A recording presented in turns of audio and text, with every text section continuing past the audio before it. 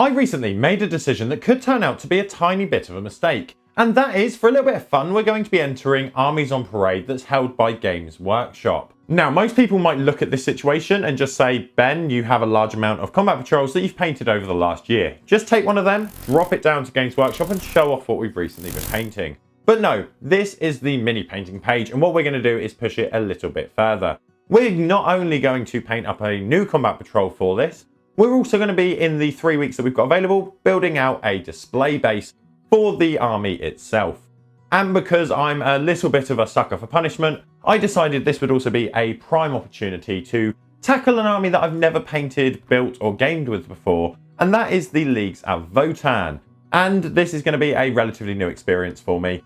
In this video, we're going to go over the building of the base and the painting of the models, starting with how we painted up all the troops in this combat patrol. For all of these models, we're going to be starting off from a black to white zenithal prime, and this is going to help to keep all of these surfaces nice and bright while making the recesses remain darker. From there, what we're going to do is kick off the painting by attacking the armor. On the scheme, we want the armor to be a nice rich green, so we can start this off with a couple of coats of a darker rich green tone. Rather than moving into the highlighting on this area, what we're actually going to do is work around and base coat some of the other elements first in all of their base coat colors. For example, we're going to go around and give all of the leathers a nice coat of a dark brown. So this is going to be the trousers, jackets and things like that, as well as a few choice other areas. The placement of these additional browns is kind of up to you where you want to place it. On our scheme, we're going for green armor, brown leathers, and then the other colors that are building in as accents are essentially blacks, silvers, bronzes, and oranges. So for this one, what we're going to be doing is using this brown to cover obviously all the brown areas, as well as any area that we want to be orange or potentially a bronzy sort of metal. So if we jump back to the models, you can see that we're picking out some of the panels on the guns and the backpacks, along with frames on things like the bikes. This means that we can then come back with a black and use this to cover most of the other areas. This black is going to be used as a base coat for anything that will be a silver metal, as well as some other minor elements that we want to be actually black on the model, such as boots, piping, and some elements of trim. And we're also going to be targeting the blades for a small trick later on. For this paint job, I decided to do something that could be seen as adding a small hurdle, and that was to start to use paints that I've got less experience with. Namely, we're going to be doing majority of this with some atomic paints, which have only got experience in the case of one other model and one video on the channel that we've tried them out as an intro. I've now got the full core set. I don't have any of the metallics, but I've got all of the core colors. So what we can do is use that in this project, which means if I look to do a review in future, comment down below if you want to see a review on these, then I'll have a little bit more experience, which will hopefully add value to you guys. Anyway, enough about the actual paints. We've got most of the things base coated now, but we still got to do some skin on our models. Most of them have got helmets, but we do have some topless angry guys with axes. And what we're going to do is be making a sort of angry reddish skin hue. And we're going to be starting that off with a base coat by mixing 3 colours together. First, a darkish red in a very small amount, a slightly more amount of a brown that we've basically used as a base coat for all of our elements, and then some medium to light skin tone, which we use to add that Caucasian looking skin and mean that we can use this as our highlights and it will still blend nicely with those colours. As we did with all of the other models, we want to give a nice base coat on all of the remaining skin areas. This is mainly going to be on things like the berserkers and their naked chests, but there may be the odd hand or face that also needs covering as well. But with that done, we can now move on to some highlighting. And because the skin's base coat is a mix of colours, we want to strike while the paint is wet and start highlighting the skin now by mixing in a little bit of light flesh to our base coat mix. This can then be used as a broad highlight across all of the skin areas, leaving that darker red tone in all of the recesses and bringing our skin more into that neutral skin tone. This mix is one of the reasons that we did the skin last, whereas all of the other colours have essentially got a base coat colour that's straight out of the pot, so our armour has a nice green. The skin is a mix of colours, and if we'd done the skin first, what that would then mean is we'd then have to essentially remix our base coat to then add skin to make our highlight colour, which then adds the chance of getting those colours wrong, getting the mix wrong, and kind of messing it up a little bit. Whereas if we've already got the mix made and we've just used it as a base coat, we just need to let it dry on the models, add a little bit of skin to that mix, and we're good to go. This also then means that we can start to highlight out backwards. So once we do the skin, we can then work out and do the leathers and then do the armor, which means that we're doing the typical paint the deepest thing first, so you're not reaching past areas to paint later on. So we get that benefit, but we managed to base coat everything and get a nice overall look of how the models are going to look starting off. And it just means that we can tweak anything if we want to, and we've got some nice clean base coat colors that we can just touch up if we need to. For example, if we look at the brown leather areas, what we can do is take a little bit of our mid skin tone and mix this into our brown base coat, giving us a nice, slightly desaturated, worn leather looking color. This can then be used across all of those leather areas and used to pick out all of the raised edges in either a smooth highlight or used to build in some texture, doing some scratchy, thin line highlights, depending on your preference. As this is not a key area, we are only going to be doing a highlight with roughly a 50-50 mix. Talking of a 50-50 mix, we're also going to be using a similar 50-50 mix of brown and orange for all of the panels that we want to be orange later on. This is going to be more of a broad highlight at this stage, catching all of these surfaces while leaving the brown base coat in the recesses. Naturally, if you wanted to push any of these highlights further, you can just add more of the bright color into the mix to get that brighter looking punchier highlight. However, for things like trousers, I don't think that that's particularly necessary. We don't want massively bright, punchy looking contrasty trousers, which is going to draw attention from details that we actually care about. What we're going to want the people to be looking at is the faces, the weapons, the armor, the presence of the model, and not so much focusing on the folds of the jeans, for example. However, if you do want to push it further, just add more of the highlight color into the mix and do progressively more highlights. But talking of that, let's jump into the next step of highlights, and that's going to be highlighting up all of the green armor.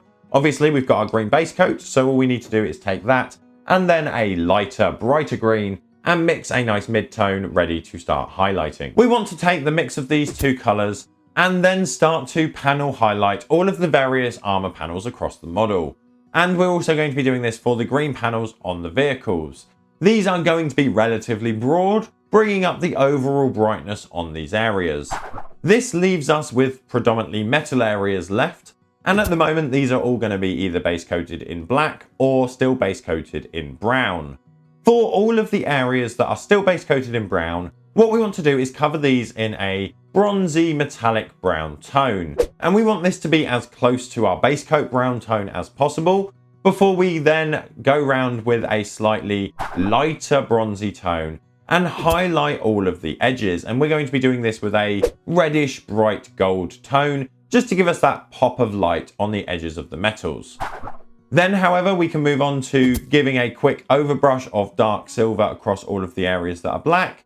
And if you feel necessary, taking a slightly lighter silver and also giving a spot highlight to all of our silver metals. Once all of the pass steps are dry, then it's time to add some detail, some washes and things like that. Now, if I was just doing one or two models, what I'd do is carefully apply some tactical washes and kind of glaze and thin them out and feather them out so that we get the look of recess shading and glossing where we want it. However, in this case, we've got a lot of models. We want to paint them quickly. We want to paint them efficiently. And I think the easiest way to do that is a nice, fun method.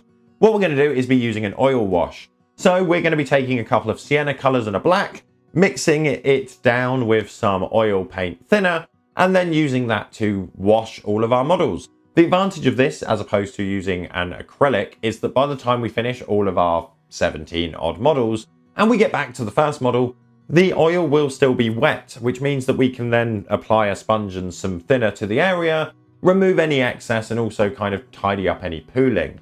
It's important when you do this to make sure that you try and varnish your models first, mainly because there is a chance, depending on how aggressive you are and how long your paints have actually had to set on your model, you could pull up and damage or smear some of your past work. So giving the models a nice varnish helps with the slippery oil effect because there's a smoother finish over your model, and it also protects all of the hard work. We want to chuck a small amount of all of our individual colors, so our blacks and our sienna colors, into a mixing cup with some oil thinner. We then want to mix these up nice and together really well. We need to be sure that we've got a good mix here because globs of oil paint can easily be missed and then build up in the bottle of whatever you're using to mix your oil wash.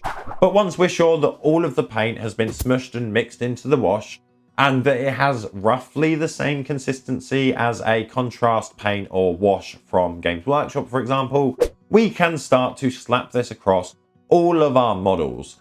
Because of the nature of oil, this medium will start to tint all of the areas similar to an acrylic wash, but it will also, through capillary action, flow much better into any cracks, crevices and recesses. Naturally, the more oil we add to the mix, the more tinting we're going to get, and you can control it nicely by adding and removing any thinner or oil from your ratios. It's worth noting that when we're using things like oil paints and oil washes and thinners and things like that, we should really be in an open ventilated area. It's potentially treat it like when you're spray painting or using an airbrush. And yes, technically you should probably be using a mask or it being in a ventilated area if using an airbrush, because even if things are odorless and you can't see them, chemicals do get into the air, and if you start breathing them in, they can be bad for your lungs, your respiratory tract, and lots of other things. So generally, if you care, it's worth taking that precaution. But life's up to you, it's your lungs, your choices. With that all said, the wash is all down. And now what we're going to do is go around and start to touch up and clean up any areas. And that's really simple because the oil wash, which is made from oil paints and thinners, is reactivated by these thinners if it's been basically within like 3 days near enough. So, because we're doing this so quickly afterwards, what we can do is just take a sponge and some thinners, go around and start to pull off any excess of the oil paints around our models, which will give us that nice clean surface and dirty, washed looking recesses, which will give us that nice look across all of the models. So to achieve this, what we're going to do is lightly dab all of the raised surfaces of the models with a sponge, moistened with a bit of thinner. What this will do is reactivate and pull away any of the collected oil paint. This means that we can essentially use a sponge and our models in a sort of reductive painting method. And anywhere the sponge goes, we're adding back clean panels onto the model. So where we want there to be brighter, cleaner surfaces, we can apply the sponge. And then this will leave the washed, dirty tones in all of the recesses and textured areas. It's then just a case of leaving them to dry roughly 2 days, 1 to 2 days. And then if we want to do any minor touch-ups or highlights or anything like that, we can do it once the oil is dry. We do need to finish the blades though, and these didn't need to get any oil wash because they hadn't been painted. And we want these to be nice, bright and hot, essentially in an orange tone. To do this, we're going to start from our black base coat and then take a white and apply strokes from the center of the blade to the edges. Once the white on the blade is dry, we're going to glaze an orange over the entirety of the blade. This will change the subtle hue of the black area into an orange while giving us a bright orange edge. Then we can push it a tiny bit further if we want to. If we have an available neon orange paint, we can glaze this over the very edge to give it a nice, hot, bright end. Now, unfortunately, we don't have time to wait for the models to dry 2 to 3 days and then continue to paint them up. We're on a bit of a time crunch and we have something that we need to do, especially for this video, before that happens, and we don't have time to wait. What we need to do is start to build up the display base for our armies on parade. And now I have some tools for this already. I've got multiple different chunks of XPS foam, which is going to come in very handy. So what I needed to do was first come up with a concept, and my concept was essentially an old dwarven ziggurat style pyramid that's been discovered, rearmed, defended, and that all of the Leagues of Votann are coming from this dwarven mine. Essentially, yeah, I'm playing on the Space Dwarves theme and just making a bit of a meme out of it. But that also is something that I can achieve. And what I did was I drew on all of my artistic drawing skills, of which I have none, and came up with this plan, which I can then follow later on. And as you can see, it's incredible. Yeah. So land, mountain, more mountain. That's essentially it. And we're going to show you how we turn this incredible piece of art into an okay looking diorama. Let's give it a go. With our plans incredibly well drawn and our foam cut to the appropriate size using hot wire cutters, what we can do is start to stick all of these elements together. And personally, I find that using toothpicks as a sort of mounting strut with the addition of PVA, holds parts of XPS foam together really well. So it's just a case of sticking these pieces of foam with toothpicks and PVA to make our nice pyramid base. From here, we are going to need to build out the top of the mountain that our pyramid is carved into. And we can achieve this by bending a wire and then pushing this through the blocks of foam. This gives us a really stable frame that will allow us to wrap tinfoil around it, making the peak of our mountain. Then what we want to do is seal all of this in and stop all of the tinfoil from unwrapping.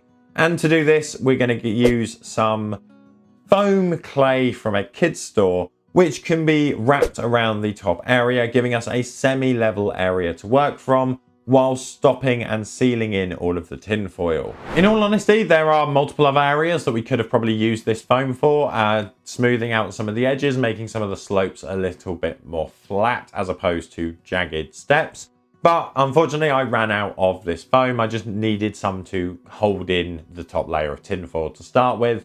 So we're going to need to turn to another tool for the job of filling out some of the edges across our base. For this, we had to turn to filler paste. We got a pot for about £2 from our local Poundland and then slapped the whole thing down across our base. With the application of a spoon as our tool, we can smear this paste into some of the step corners, giving us some nice slopes at the edges of our ziggurat pyramid structure. Once the filler is down, we do need to leave it to dry a little bit so that it's got a relatively firm surface, because what we're going to be doing is adding a bit of weight and presence to the kit from now. And essentially, well, we're going to be adding weight. And by weight, I mean we're sticking a load of clay over it. What we want to do is apply thin layers of clay across our structure to give it a nice, solid, firm surface. And if we're going to be using clay, we're going to need an additional thing. That is a simple household item known as a pasta roller. Having a pasta roller for this process makes it a lot easier because we don't have to hand roll out every section of clay. What we need is thin layers of clay so that we can build up the surfaces that we want across our diorama. We're going to be starting off using a Daz terracotta clay because we had a small amount left and that was mainly it. We needed to get rid of it. But what we want to do is roll this into flat sections before applying it and then smoothing it across the foam. We want to make sure that we massage the clay into the diorama boards so that it has a nice firm grip and will hold tight. Once we've exhausted all of our Daz clay, we can move across to our preferred white clay. And this is just going to be used to finish off covering the mountaintop as well as build out some textured features. So we're looking at carving a ramp into the rocks. We don't have rocks. We need to build this out with clay. We can also use this to round off some of the edges and add slopes to some of the corners by using long, thin sheets to create flat sections on the sides of the pyramid. Once we have this first layer of clay down, we need to let it dry properly. So it's going to take a day or so to dry, which is a good time to take advantage of painting some other project, catching up on the Votann, things like that. But once this is dry, we've got a nice solid surface. And then what we need to do is essentially lock all of this in and harmonize it, which, even though we've already got 1.5 kilograms of clay on this board, we're actually going to be adding some more. We're going to add another kilogram or so of another air drying clay. This one is a stone effect clay, and that really doesn't have any major properties that we care about for this because we're going to be going over it. But it does give us a nice harmonious dark color to work from. So we're going to roll this out and just essentially apply a smooth coat of clay over all of our work so far, encapsulating it nicely. We will be applying a thin layer of this clay across all of our diorama, which means this is a perfect time to take some plastic kits, so things like doors, guns, other elements like that, and start to apply this down into our clay.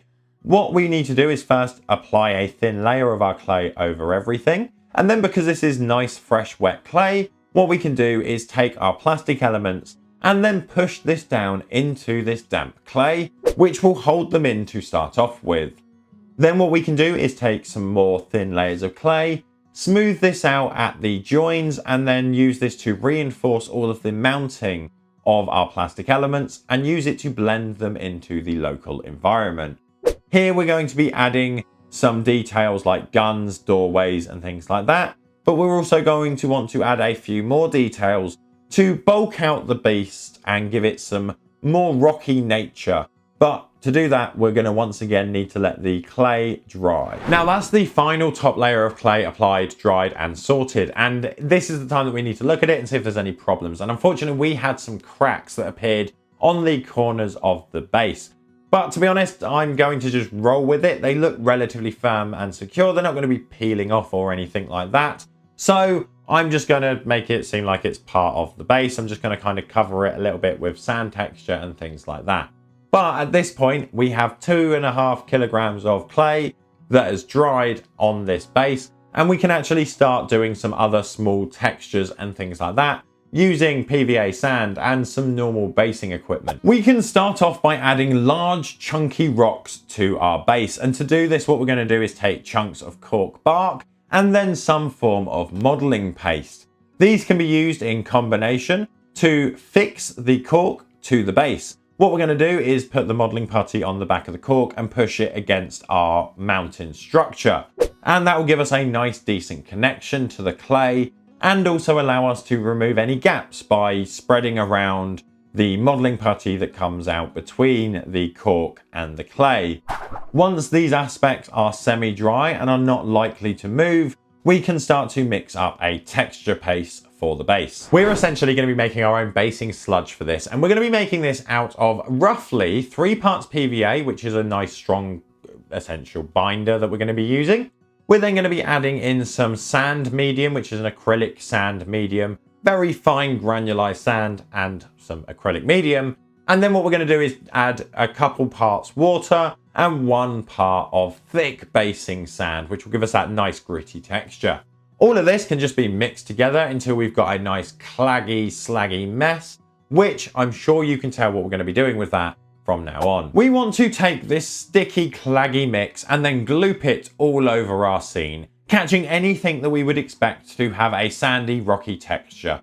The application of this will give us a nice random cascade of smaller rocks, which works well. But we can also go a little bit further by taking some dry basing rocks and then sprinkling this over the top of our wet glue area in places where we expect larger amounts of smaller rock rubble to build up. Naturally, if you want less of this smaller rock, just don't apply the final sprinkle and you're all good. This essentially concludes the building to a degree of the scene. I can't show you it at the moment because there's one final step that I can't film, and it's kind of the pre-painting step anyway. And what we're going to be doing, and what we have done to be fair, is take some PVA glue and a spray bottle and some water, mix them all together, well, mix the water and the PVA together in the spray bottle, and then we just sprayed the hell out of the top surface once we'd left it to dry first off. What this then means is we've now got another thin layer of PVA that's holding everything in, so we know all of the sprinkled rocks that we added on are nice and firm. But I'm not obviously going to leave you hanging. This is how the actual base itself turned out and looked. And obviously, I'm not going to forget about the other guys, the Leagues of Votann that we painted up. So let's go through the show reel and see how everything looks. This is overall not too bad. I think we've done quite well. It's been a week. We started this on the 7th of September. And now we're looking at the 15th. So really, we've only got around 8 to 10 days to finish this project off.